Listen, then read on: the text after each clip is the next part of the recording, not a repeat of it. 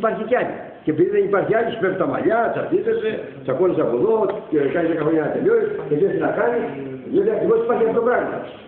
Ο καταπιεσμένος ποιητής λοιπόν το έφτιαξε το πείμα.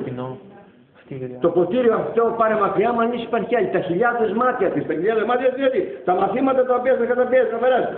Γιατί δεν πηγαίνει τα μαθήματα, τι πάω να κάνω στο μάθημα αυτό, τι κάνω βιομηχανική, τι κάνουμε στο μάθημα.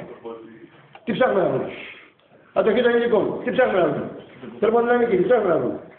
Αν έχεις αντοχές μεγάλες και δεν ξέρεις τι ψάχνεις, το διακομωθείς και περνάς πέρα τη ζωή σου. Φιλιά πουλά για καλό. Είναι ωραία. Για μένα είναι πολύ καλύτερα από όλα τα υπόλοιπα. Αλλά δεν θα στο συνιστώ.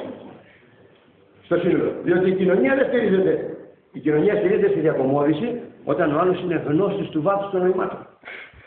Διακομωδεί τα πάντα. Γιατί η διακομώδηση διώχνει το διάβολο.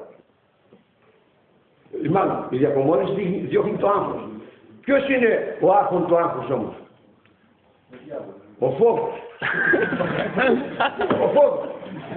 Όλα υπαγορεύονται από τον φόβο του πόνου και την προσδοκία της ευχαριστήσεως. Τα πάτε στη ζωή σας. Πέστε μου κάτι που δεν υπαγορεύεται στη ζωή σας από το φόβο μην πονέσετε, όχι εκτός από το σωματικό και το ψυχικό και πραγματικό πόνο, και από την προσδοκία της ευχαριστήσεως. Και δεν σας ευχαριστήσετε. Όλα αυτά τα πράγματα τα πάτε υπαγορεύονται. Άρα λοιπόν, όποιος διακομωδεί τα πράγματα διώχνει το άγχος. Αλλά όποιος διώχνει το άγχος, διώχνει τον άρχοντά του. Πού είναι ο φόβος. Αλλά όποιος διώχνει το φόβο, είναι ελεύθερος. Προχωράω. Ποιος είναι ο άρχον του φόβου που μας οδηγεί? Ο σατανά. Αλλά άμα διώξεις τον σατανά, διώξεις την άλλη μεριά. Την έννοια του Θεού όπως την έχουν διδάξει και θέλεις να το βρεις μέσα. Οπότε είναι πάρα πολύ ωραίο αυτό. Αυτό είναι η σκέψη του Αριστοτέλη στη Β' Ποιητική. Το όνομα του Ρόδου.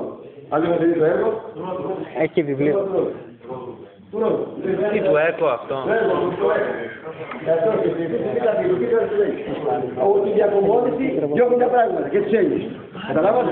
Πάμε τώρα να κάνουμε το λάθος. Εντάξει.